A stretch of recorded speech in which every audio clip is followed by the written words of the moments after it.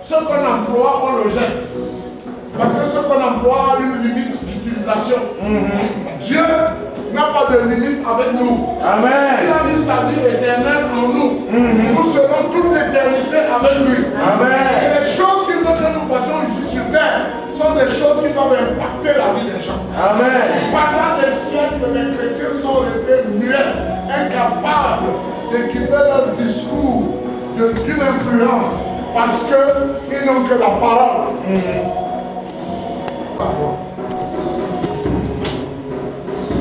Et je parle parce qu'ils sont porteurs de l'espoir.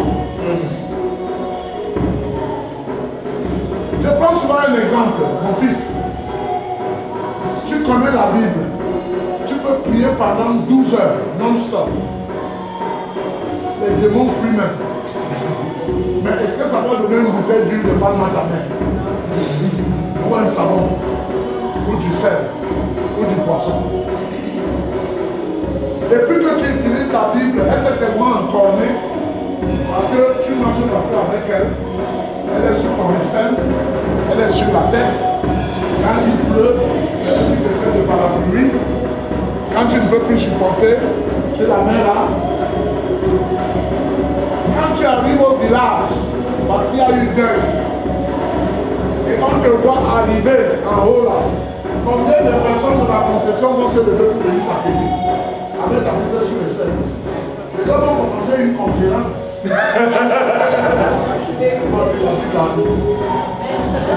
Bonjour les versets. Tout à l'heure, on va nous dire que nous sommes païens.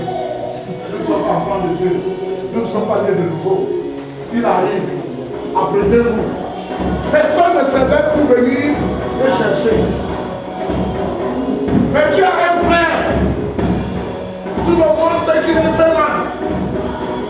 Tout le monde sait qu'il escroque les gens. Il vole les gens. Il arrive avec sa voiture. On sait que dans la main arrière de la voiture, il y a les sacs de riz. Il y a l'huile. Il y a le sel. Il y a le paradisio. Amen.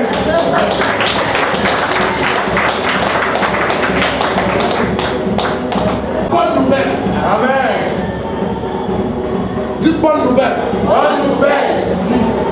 Parce qu'on ne sait pas ce que le voisin va faire demain. Donc il nous trouve prêt. Psaume 16, verset 11. Tu me feras connaître le sentier de la vie. Tu me feras connaître le sentier de la vie. Il y a d'abondantes joies devant ta face. Il y a d'abondantes joies devant ta face. Des délices éternelles à ta droite. Des délices éternelles à ta droite. Je voudrais que quelqu'un me dise ce qu'il entend. Les délices sont à voir avec les bonnes choses qu'on mange. Hein? Ce que vous aimez. Non, la sucrerie n'est pas un délice. On a mis la sucrerie parmi les délices pour nous empoisonner. Et là, si tu te fais ça, c'est tant et tant. Hein?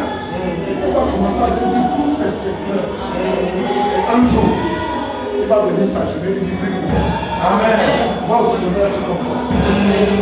Il avait l'argent, et toi, tu étais dans la présence de Dieu. Amen. Ce que l'argent ne peut pas faire, la présence de Dieu peut faire. Amen. Alléluia. Maintenant, si la présence de Dieu peut faire des grandes choses, pourquoi nous fuyons l'argent? Hein?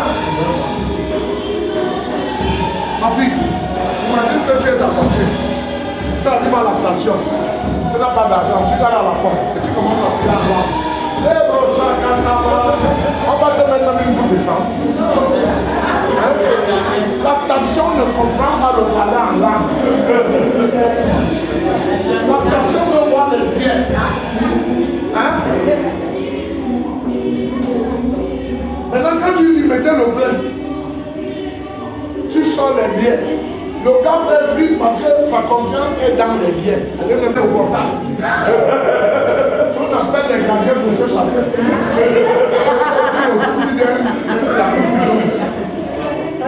Mais si tu entres avec assurance au service de vente, tu dis la voiture là coûte combien? On commence à voir te dire les propriétés de la voiture, ses qualités, et comment elle est une bonne voiture. Et puis tu dis, elle coûte combien? On te dit c'est 45 millions, tu dis faites-moi un appartement, faites une réduction parce que Moi, je ne paye pas crédit, je paye cash.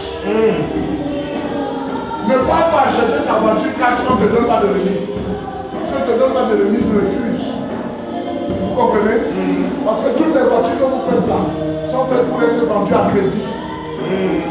Et quand tu achètes cash, ils ont l'argent pour faire beaucoup d'autres choses avec. C'est un avantage que tu leur donnes. Assieds-toi et dis au gars que je veux 10%. Tu vas commencer à dire que 4 millions et demi. Non, on peut vous donner 3 millions. Tu dis que non. Je dis 10%. Si vous ne voulez pas, je rentre. J'ai l'argent dans mon sac ici. Cash. Je paye. Ils vont vous donner les 10%. Parce que entre donner 4 millions et demi à quelqu'un et perdre 45 millions, que vous rangez les chaises, que vous alliez vers quelqu'un, que vous l'embrassez et que vous lui disiez, je ne l'enverrai pas comme je suis venu. Amen. Commençons à faire ça. Dans le dégageant les chaises. Dis à quelqu'un, je ne l'enverrai pas comme je suis venu. Pour cette église, ne va pas me rater.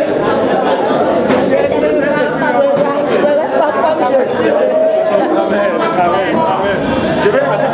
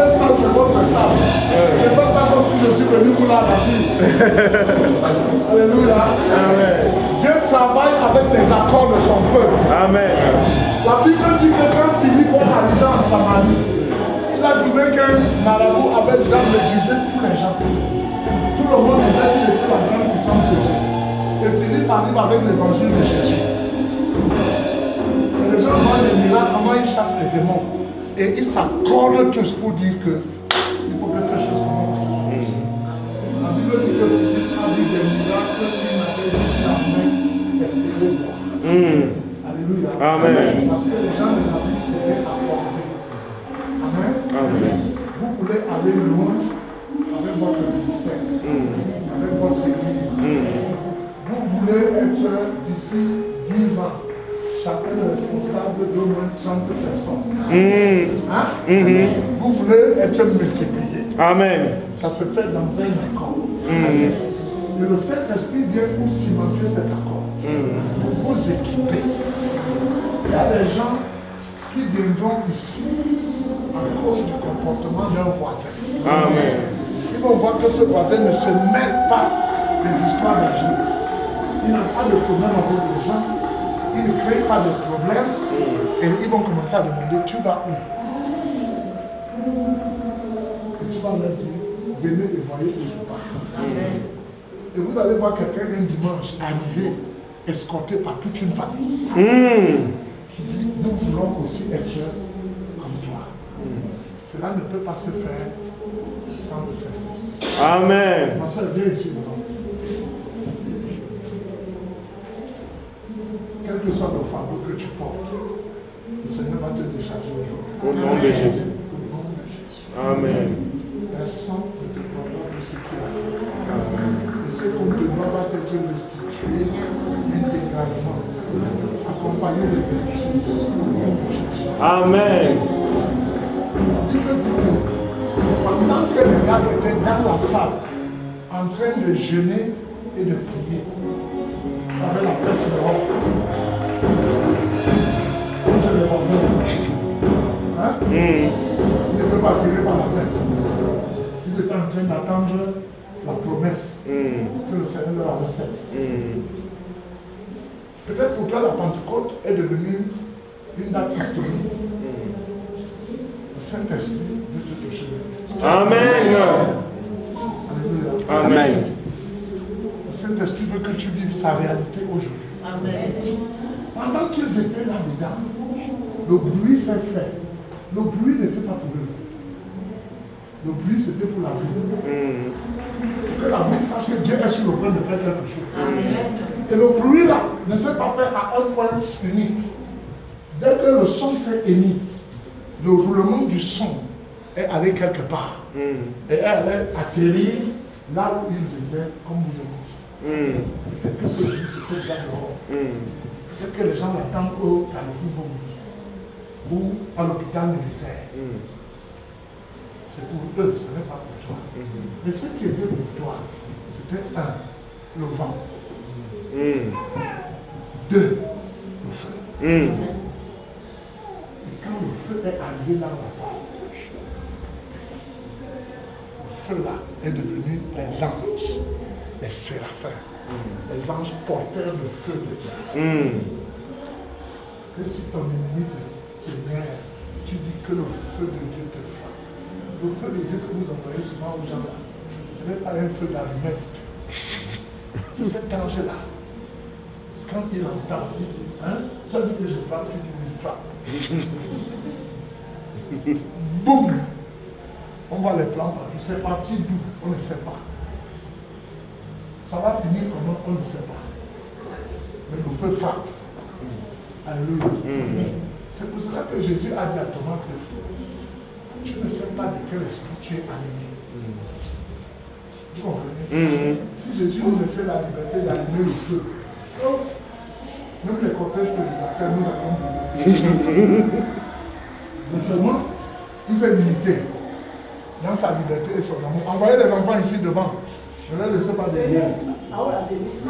La Bible dit que le royaume des cieux est pour ceux qui sont comme eux. Donc eux là, ils sont dans le royaume. C'est les amis de Jésus. Amen. Alléluia. Donc pendant qu'ils étaient en train de prier, ce feu est arrivé. Quand le feu est arrivé, chacun a senti une puissance le pénétrer. De la tête jusqu'aux pieds. Je vais te dire une chose. Souvent quand tu pries, cette puissance est là. Elle te fait la course. Tu sens un désirement au-dessus de ta tête. Tu sens un bien-être là. Mais ça s'arrête juste au niveau de la tête. Mais ça vient pour être dans tout le corps. Seulement comme tu ne sais pas, le Saint-Esprit est un gentleman. Tu ne l'invites pas, il n'entre pas. Tu l'invites, il vient. Il ne viole la liberté de personne. Il vient, il fait ta ta ta ta ta, tu sens.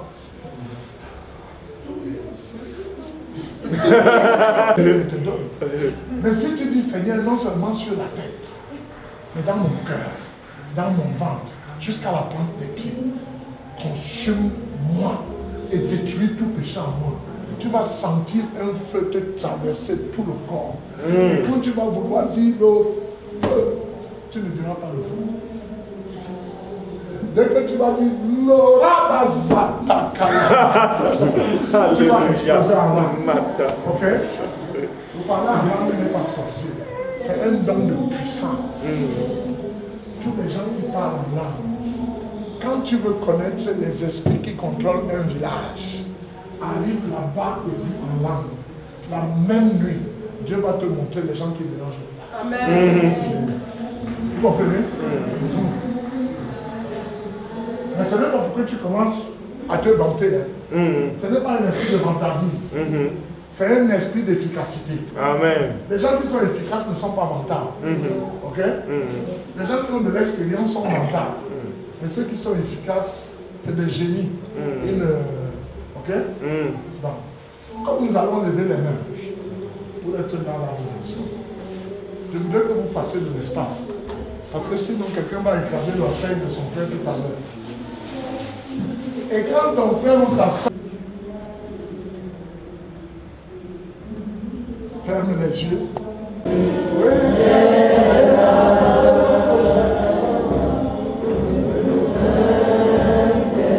Après ton cœur,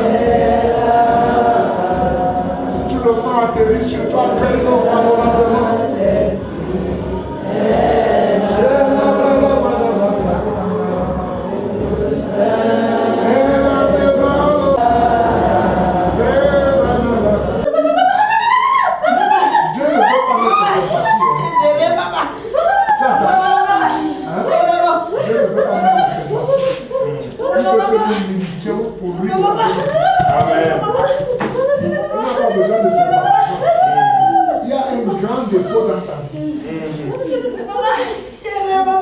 Je suis étonné. En fait, depuis que je prêchais là, Dieu a envoyé mes grands vers toi. Je ne savais pas pourquoi. Maintenant, je vais te dire une chose. Si tu ne veux pas abandonner certaines choses, les choses là elles-mêmes vont te fuir. Amen. La présence de Dieu va rester en toi. Les choses là vont fuir d'elles-mêmes. Amen. Elles vont fuir d'elles-mêmes. Il y a la guérison dans tes mains. Hein? C'est ce qu'on va faire. Hein? Toute personne qui est venue malade, Amen. Okay? Amen. Tu déposes seulement les mains, même si tu ne pries pas. Le pasteur va t'assister. Tu ne veux pas être populaire avec Dieu. Hein?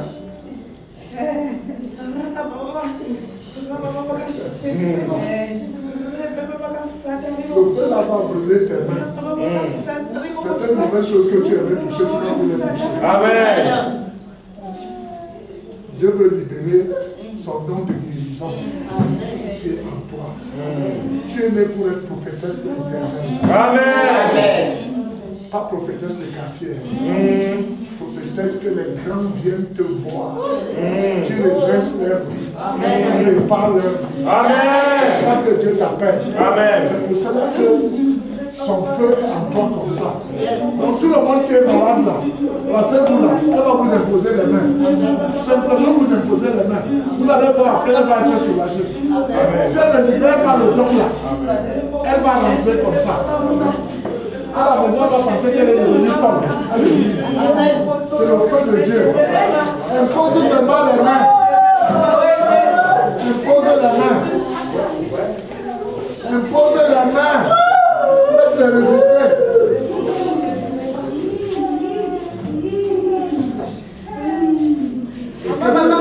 La guérison. Que ces mains produisent la guérison. De la puissance de la tête à la place de Dieu.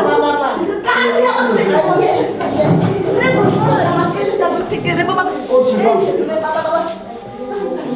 Au suivant. Vous verrez d'ici la fin. On va vous s'agiter. Libère la guérison. Libère la guérison. Tu n'as pas besoin de savoir de quoi il souffre. Dieu sait.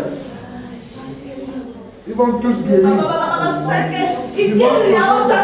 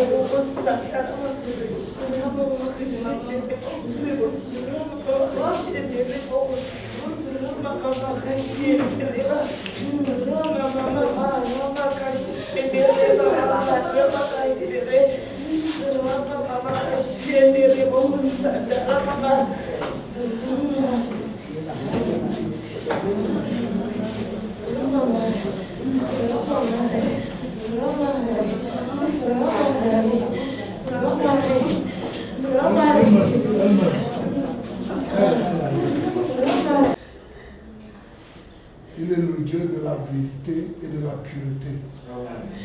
Il fait ces choses ouvertement. Il ne se camoufle pas.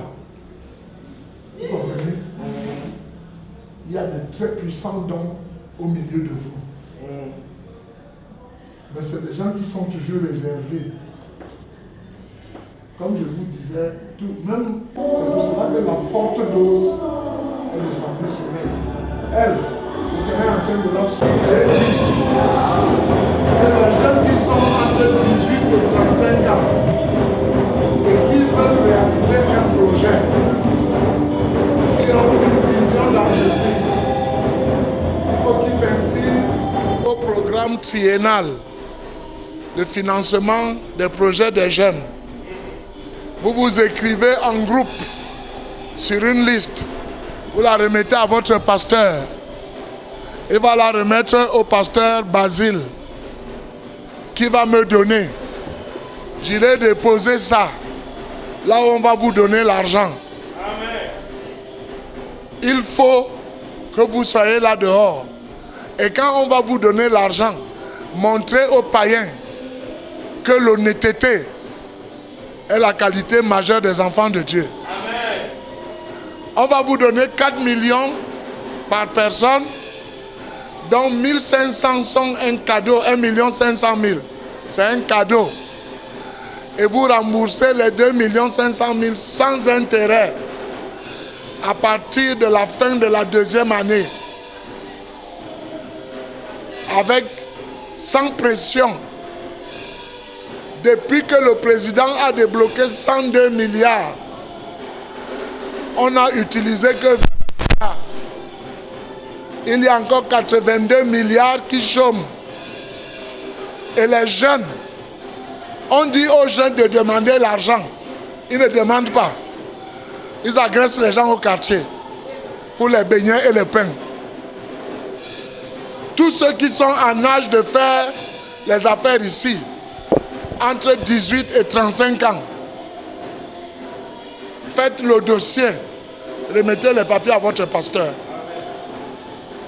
Faites-le vite, parce que dès que le remaniement intervient, tous les dossiers qui seront prêts vont être signés. On va commencer à donner l'argent. C'est arrêté pour l'instant parce qu'on attend le remaniement. Est-ce que vous entendez? Voilà. Je prêche la Bible. Je prêche la vie. Amen. Ok? Voilà. C'est ce que je voulais dire en dernier ressort. Il a mon téléphone. Il sait quand m'avoir. Il est mon ami sur Facebook. Même si mon téléphone est hors réseau, il peut me laisser un message sur Facebook quand je vais ouvrir 5. Si vous remplissez les conditions, on vous appelle. Si vous êtes 5, on débloque 20 millions, on vous donne. Et chacun a ses 4 millions. Voilà. C'est une vérité, ce n'est pas un mensonge. La deuxième chose que je vais dire, si tu es en âge de voter ici, inscris-toi sur les listes électorales. Il faut que nous commencions à envoyer les députés à l'Assemblée nationale. Que nous ayons des sénateurs. Vos prières pour le président Biya ne peuvent pas être efficaces si vous n'avez pas voté. Vous ne pouvez pas bien prier pour quelqu'un que vous n'avez pas voté. Dieu même ne peut pas vous entendre. Quiconque est en âge de voter ici, inscrivez-vous sur les listes. Ayez votre carte d'électeur. Oui, bonjour, je suis le révérend Roger Bomban. Les sentiments qui m'animent sont des sentiments de satisfaction et de renforcement de mon espérance. J'ai toujours voulu voir l'Église de Dieu fréquentée par des jeunes qui sont dynamiques, dans lesquels se trouve l'avenir, tant de l'Église que de la nation. Et quand je vois ces jeunes, j'ai la satisfaction. Je suis comme Paul, qui s'investissant sur les jeunes, savait que après lui, le message allait continuer de courir et d'atteindre les extrémités de la terre. Le séminaire sur l'histoire de l'Église a été très bénissant pour moi, qui ai trouvé un public assez disposé et volontaire. Et le culte d'aujourd'hui, qui est la conséquence de l'invitation du pasteur des lieux, est une occasion pour moi de m'exposer à la jeunesse de ce ministère et d'exposer les jeunes à cette puissance de Dieu qui, depuis 42 ans, m'a escorté et entretenu partout où je suis allé. Et leur dire qu'ils sont les porteurs de cette même flamme, qui ne se considèrent pas comme des personnes négligées, mais qu'ils sachent que Dieu utilise tout le monde. Dieu ne parle pas comme les politiciens. Les politiciens disent que les jeunes sont le fer de lance de la nation, pour dire que c'est eux la lance. Mais Dieu appelle tous ses serviteurs ses flèches. Donc, entre les mains de Dieu, le jeune n'est pas seulement le fer de lance, mais il est la flèche que Dieu va utiliser pour atteindre ses cibles. Alors, pour la deuxième question, qu'est-ce qui vous a le plus marqué durant ces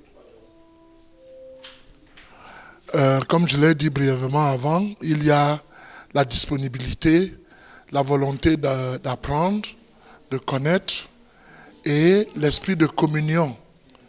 J'ai trouvé des gens qui, bien que ne me connaissant pas, à cause de ce qu'on leur avait dit de moi, m'ont accueilli comme si nous nous étions toujours connus, comme s'ils m'avaient toujours connu. Je suis un homme très effacé. Je suis actif dans l'église, mais je ne suis pas un adepte de la popularité.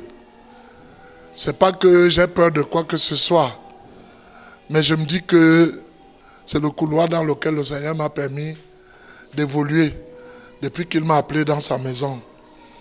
Et donc, le sentiment, l'impression forte que je garde, c'est cette très bonne communion avec une communauté qui a fait plus que m'adopter, qui m'a accepté et qui a fait comme si elle m'avait toujours vu. Et leurs visages ne me sont pas très indifférents parce que c'est comme des gens avec qui je m'entretiens tous les jours. Donc je pars en sachant que notre communion aura un prolongement. D'accord. D'où vient toute cette connaissance et cette puissance qui se dégage? Dieu est le Dieu de connaissance. Ésaïe dit que le Saint-Esprit, qui est l'Esprit de Dieu, est un esprit de connaissance, de sagesse, d'intelligence, de puissance, de force. Lorsque nous nous exposons au Saint-Esprit, il nous élève au-delà du nouveau que les hommes ont voulu nous donner. Il nous donne le désir de connaître. Même dans nos rêves, nous cherchons à connaître.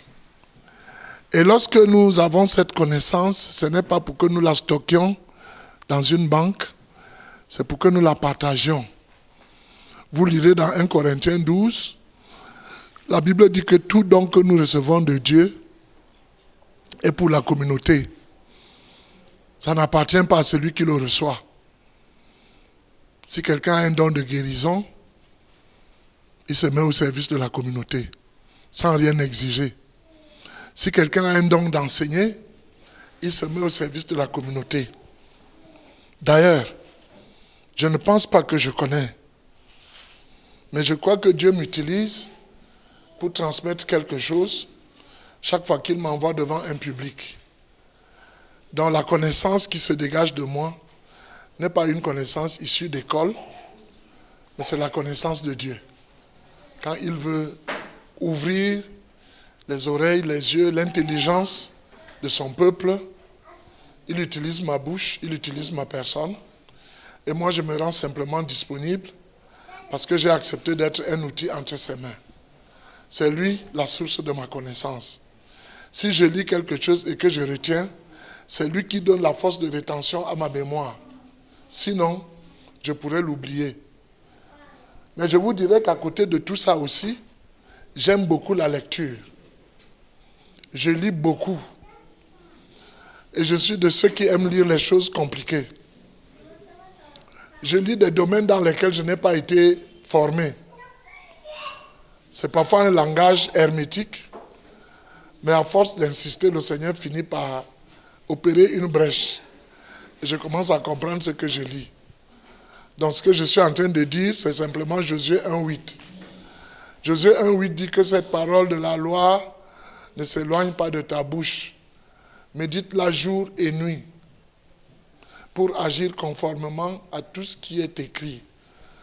Car c'est alors que tu auras des succès dans tes entreprises. C'est alors que tu réussiras. Donc quelqu'un qui lit beaucoup trouve beaucoup de connaissances. Quelqu'un qui lit beaucoup peut corriger même l'auteur d'un livre. Parce que les livres écrits par les hommes ne sont pas la parole de Dieu. Ce n'est pas la parole de l'évangile. Il y a beaucoup de fautes dedans. Quand on lit avec discernement, on peut comprendre qu'ici, ça ne m'est pas utile. Là, ça m'est utile. J'ai toujours un livre dans mes mains. Si vous me trouvez en train de ne rien faire, vous verrez un livre à côté de moi. Ce que j'étais en train de lire, et j'étais en train de me reposer quand vous m'avez trouvé. Quand je ne fais rien, j'aime lire. Quand je ne peux pas lire, j'aime écouter. Je m'assois souvent pour entendre d'autres personnes prêcher à travers la radio, à travers la télé, à travers les DVD. Quand je vois quelqu'un qui prêche bien, j'achète ses DVD, je l'écoute. Ça me rend ministère et ça accroît le dépôt de connaissances que Dieu a mis en moi. L'Esprit du Seigneur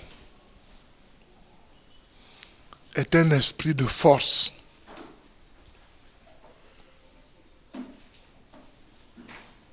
L'Esprit du Seigneur est un esprit de rajeunissement.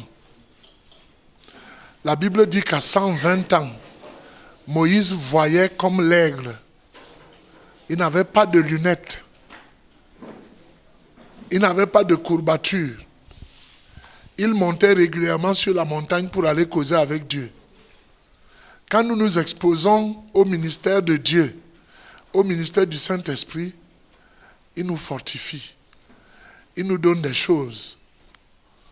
J'ai mes neveux qui abordent la cinquantaine et qui me disent souvent, tu ne veux pas vieillir. Mais à dire vrai, je suis vieux.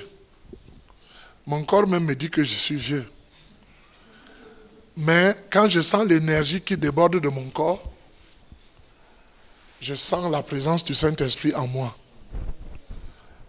Mon fils est un adepte du sport. Et moi j'ai lu Paul qui dit que le sport est de peu d'utilité. Alors je lui dis, fais le sport. Et moi je fais la prière. On va voir qui est plus fort. À 21h, il dort déjà. Moi, je vais au lit à 2h. Parce que j'ai lu, j'ai préparé une intervention quelque part. Mon programme est bouclé sur 4 mois. C'est-à-dire que d'ici 4 mois, quelqu'un veut... Lui, il m'a eu parce que je suis ici. Sinon, il ne m'aurait pas eu. Et il m'a eu parce qu'avant qu'il me demande de venir, les autres qui auraient voulu me solliciter ne savaient pas que j'étais ici. Et quand ils ont su que j'étais ici, ils m'avaient déjà sollicité. Je leur ai dit, je suis désolé, je suis pris ailleurs. Et je leur disais pendant le séminaire que je ne demande pas où prêcher. Je ne demande jamais où prêcher. Même dans les églises de mes enfants spirituels, s'ils ne m'invitent pas, je ne pars pas. Et s'ils m'invitent et que Dieu me dit de ne pas aller, je ne pars pas. Donc, cette force vient simplement du Seigneur. Et moi, j'ai eu un mentor dans ma foi chrétienne qui m'a dit, Roger, tu n'es pas le pasteur de ton église, tu es le pasteur du troupeau de Jésus. Tu ne dois pas garder les informations que Dieu te donne, tu dois tout livrer. Parce que si tu arrives chez Dieu avec un stock d'informations qu'il t'a donné pour son peuple, il va te juger sévèrement. Donc je prêche avec la passion de me vider. De sorte que si après avoir prêché, je meurs, parce que c'est mon voisin le plus proche de la mort, nous allons partout ensemble. Amen. Si je meurs après avoir prêché, qu'on sache que j'ai tout donné. Ok? Et je vous ai tout donné que le Seigneur m'a dit de vous donner. Je ne rentre avec rien. Je rentre avec vos prières pour me recharger. Amen. Et le week-end prochain, je vais continuer de prêcher. En semaine, je vais continuer de prêcher, de prier pour les gens. Et tant que j'ai cette force, je servirai le Seigneur avec la même passion jusqu'à ce qu'il me rappelle par le moyen de la mort. Voilà, c'est ça ma motivation. Je voudrais que vous applaudissiez pour ce média.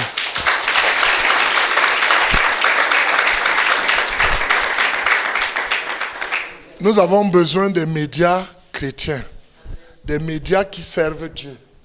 Parce que Satan utilise beaucoup les médias pour détruire nos femmes, nos enfants, nos filles, nos maris, nos fils. Satan utilise beaucoup les médias. La génération manga est la génération des couteaux dans les lycées. C'est à travers les médias. La génération des... Comment vous appelez ça? Les novelas. Hein? Il y a des femmes qui vont à l'église et qui freinent avec leurs pieds que le prédicateur cesse de prier pour qu'elles ne ratent pas leur série. C'est l'influence des médias. Nous avons besoin des médias qui exposent Dieu ou qui exposent le peuple de Dieu à leur Créateur. Donc je vous prie de soutenir ce média pour qu'il devienne un média important dans notre pays.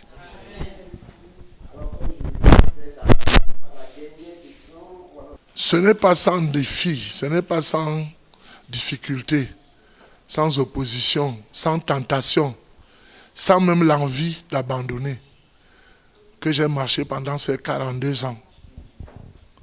Mais ce qui m'a amené au Christ, c'était la révélation de l'enfer.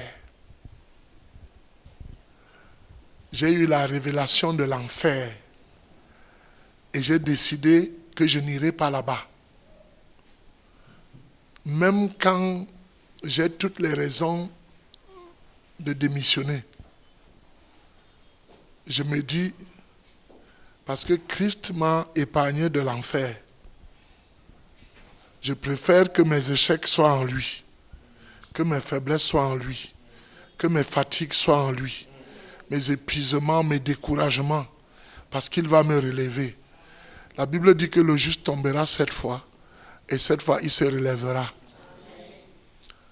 Donc, ceux qui n'ont pas la révélation de l'enfer peuvent prendre la marche avec Jésus comme un jeu, comme une partie de plaisir. Mais ceux qui ont la révélation de l'enfer et qui comprennent de quoi Jésus les a sauvés, marchent avec Jésus dans l'intimité et l'acharnement, avec passion. Parce qu'ils sont conscients qu'à force de les voir vivre d'autres personnes vont s'engager sur le même chemin qu'eux. Il y a des gens à qui nous n'avons pas besoin de parler pour qu'ils viennent au Seigneur. Ils nous voient juste vivre et ils viennent au Seigneur. J'ai une alliance avec Dieu dans ma famille. J'ai prié avec mon épouse après qu'on se soit mariés. Nous avons demandé que chaque année, il nous donne au moins une personne de notre famille qui naisse de nouveau. Si vous arrivez dans ma famille, elle est pleine de pasteurs, pleine de missionnaires. Les gens là-bas ne pensent que Dieu. Nous sommes 11. Je suis le 4e et le premier à naître de nouveau. Et nous sommes déjà 10 qui sont nés de nouveau. Mes frères et sœurs. Le Seigneur nous a dit que le dernier, c'est notre dessert pour le repas. Donc quand il va venir au Seigneur, ce sera notre dessert. On va organiser une fête uniquement pour prendre le dessert. Parce que je crois, le premier verset que j'ai retenu dans la Bible, c'est Acte 16, 31. Crois au Seigneur Jésus et tu seras sauvé, toi et ta famille. Je crois que quelqu'un qui est sauvé authentiquement fait tout pour que sa famille soit sauvée. Là où il n'était pas obéissant, il le devient. Là où il ne collaborait pas, il commence à collaborer. Et ça tourne les yeux, les regards des membres de sa famille vers le Dieu qui l'a changé. Si vous arrivez dans mon village, vous prononcez mon nom. Tout le monde va demander le pasteur, parce qu'on m'appelle pasteur avant même que je ne sois pasteur. Et tout le monde va vous dire, ah, là-bas on ne parle que de Dieu. Donc Dieu est ma passion. Je peux dormir affamé, mais je ne peux pas dormir sans lui. Ce sont ces choses qui ont fait que pendant 42 ans, que je passe dans des pays compliqués. J'étais à Kigali en 1994. Je suis parti de Kigali 2 semaines avant le génocide. La tension était à couper au couteau. En 1997, le Seigneur m'a amené en Sierra Leone. Je suis parti de Sierra Leone 5 jours avant la guerre civile qui a éclaté là-bas. Et tout cela, le Seigneur me montrait que c'est lui qui est avec moi. Il dit, même si tu passes par le feu, je suis avec toi. Donc, toutes ces choses-là font que il n'y a rien dans le monde que je désire comme la présence de Dieu. Je peux manquer de tout, mais si je suis dans sa présence, j'ai tout. Il a dit à Abraham, je serai ta portion. Il a dit aux Lévites, je serai votre part. Vous n'aurez pas de territoire en Israël, mais vous m'aurez comme votre portion. Dieu est ma portion. Je cours avec Dieu avec une passion parce que j'ai eu la révélation que si Jésus ne revient pas, d'ici la 5e génération, un de mes descendants sera chef d'État de ce pays. Je ne serai plus là, mais il ira s'incliner devant ma tombe pour dire, c'est mon aïeul-ci qui m'a hissé à cause de son alliance avec Dieu. Donc quand vous servez Dieu, ce n'est pas pour vous-même. Voyez les générations à venir. Voyez les choses que Dieu va leur éviter. Les choses par lesquelles vous êtes passés, et ils ne passeront plus. Ils vont trouver le chemin pavé et ils vont juste jouir de cette alliance. Ça va être comme Salomon et Dieu.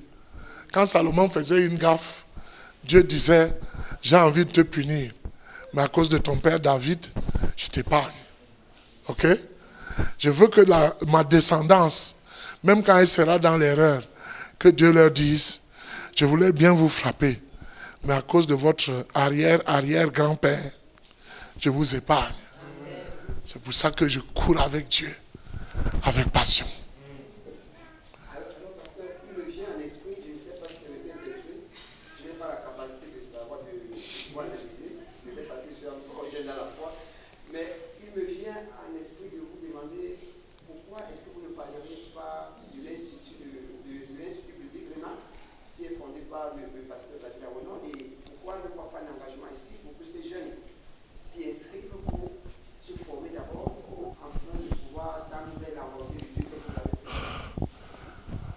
j'encourage la formation. Je suis moi-même enseignant. J'ai enseigné le pasteur Basile, j'ai enseigné votre pasteur. J'enseigne dans les écoles bibliques depuis 1995. Donc, j'encourage même pas seulement les jeunes, les vieux qui ont besoin d'être formés, d'aller se former. Le programme de cet institut est conçu de façon très relaxe. Si quelqu'un fait son programme en mettant de côté du temps pour aller se former, il pourra être formé. Et nous voulons espérer que ce média qui nous interviewe aujourd'hui va se développer pour dégager des moments, des heures de formation à travers l'audiovisuel. Ou si quelqu'un ne peut pas aller s'asseoir à une école conventionnelle, il pourra savoir que de 22h à minuit, j'ai un cours qui traite de ceci dans ce média-ci. Il s'assoit là, avec son bic, son cahier, sa Bible, il prend les références, il prend les notes, ça augmente la connaissance. Notre Dieu est un Dieu de connaissance et il aime que ses enfants aient la connaissance. Amen. Donc, je vous encourage autant que faire se peut, que vous soyez élèves, étudiants, professionnels, femmes de ménage, entrepreneurs, inscrivez-vous à cet institut. Soyez formés. Ça vous permettra, quand vous parlez quelque part, de parler à partir d'une substance que vous avez en vous et de défendre votre raisonnement par la connaissance que vous aurez acquise. Voilà ce que je peux dire pour encourager cet institut.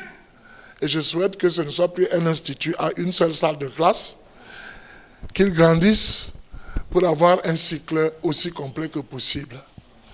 Voilà ce que je peux dire à propos. C'est moi qui vous remercie. Bon, le culte était très enrichissant de par le pasteur qui a bien su nous parler de la Pentecôte. Ce que le pasteur nous a beaucoup enseigné sur l'économie, parce qu'aujourd'hui, les gens, par exemple, j'ai retenu que croire en Dieu ne veut pas être, faut pas être paresseux. Hein? Il faut se battre, parce que Dieu n'est pas un Dieu des paresseux. C'est un Dieu qui demande à travailler. Déjà, j'ai retenu que dans l'œuvre de Dieu, on est appelé à agir non seulement pour la mission de Dieu, mais aussi agir pour produire économiquement et se faire une place dans la société. Déjà, personnellement, moi, je pensais que lorsqu'on arrive dans le ministère de Dieu, on est appelé à faire uniquement l'œuvre de Dieu et à se limiter là. Déjà, le pasteur nous a enseigné que non seulement nous devons faire l'œuvre de Dieu, mais aussi nous devons assister économiquement. Nous devons avoir des projets, nous faire une place dans la société, nous faire une place même dans la politique, afin de pouvoir impacter le monde extérieur, afin de pouvoir prendre la parole de Dieu et l'amener dans le monde gouverné par les autorités de ce monde en quelque sorte. Donc c'est en gros ce que moi j'ai retenu. Ce que j'ai retenu de ce message du pasteur Bomba, c'est qu'il nous a appris beaucoup de choses. Il nous a appris beaucoup de choses que nous devons marcher avec l'esprit, que nous devons être forts. J'ai appris beaucoup de choses, que les enfants, nous sommes riches. Donc nous ne devons pas nous déclarer que nous sommes pauvres. Il y a beaucoup retenu. C'est ce que j'ai retenu en tout cas. Ok, bonjour, je suis le frère Hubert. Déjà, merci de m'avoir passé la parole. Vraiment, ce que je peux signaler, ça a été vraiment un culte spécial. Beaucoup de paroles étaient dites par l'homme de Dieu. Et vraiment, l'une des paroles qui m'a beaucoup marqué, c'est le fait de comprendre que, en fait, je suis vraiment un roi. Pourquoi? Parce que Jésus-Christ, en étant le roi des rois, et l'homme de Dieu nous a fait comprendre dès la nouvelle naissance, nous sommes des rois, en fait.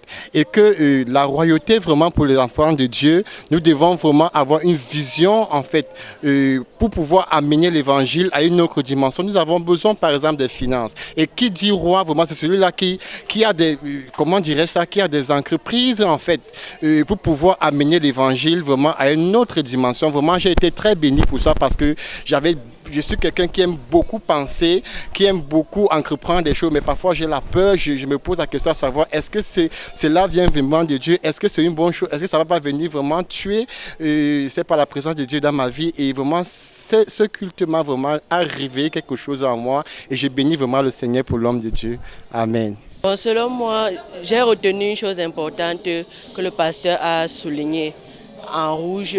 C'est qu'en tant que jeunes chrétiens en plus, nous devons impacter ce monde dans tous les domaines, que ce soit les finances et l'entrepreneuriat. Et moi, donc, à travers ce message, je me suis donc décidé que je dois oublier mon stress, mes peurs et tous mes blocages. Et je dois m'investir à fond pour glorifier Dieu dans tous les domaines de ma vie et les domaines même de la société. Merci.